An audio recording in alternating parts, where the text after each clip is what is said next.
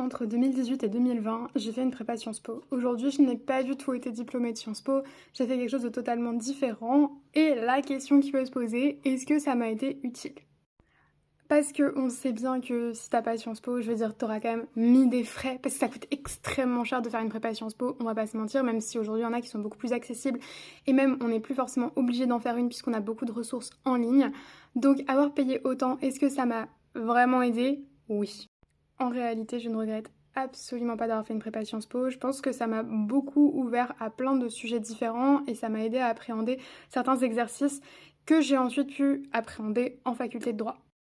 Parce que oui, j'ai fait une licence de droit et d'histoire et en fait, je me suis rendu compte en arrivant en licence d'histoire que j'avais quand même un très bon niveau par rapport aux autres L1 avec moi. Parce qu'effectivement, j'avais pas mal bossé la méthodo, j'avais beaucoup bossé tout ce qui était histoire contemporaine, donc 20e siècle, 21e siècle et même un peu avant pour certaines matières. Et du côté de la fac de droit, ça m'a donné énormément de rigueur. Et en fait, on va dire que grâce à cette prépa, mais pas que, j'arrive beaucoup plus facilement à m'adapter à différents types de méthodologies.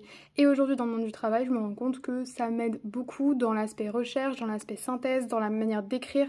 En fait, je suis obligée d'être extrêmement rapide pour certaines choses, mais être rapide, faut bien faire les choses aussi derrière, quoi. Donc si vous hésitez à faire une prépa Sciences Po parce que vous dites peut-être que je n'aurai pas Sciences Po, sachez-le, ça vous sera toujours utile.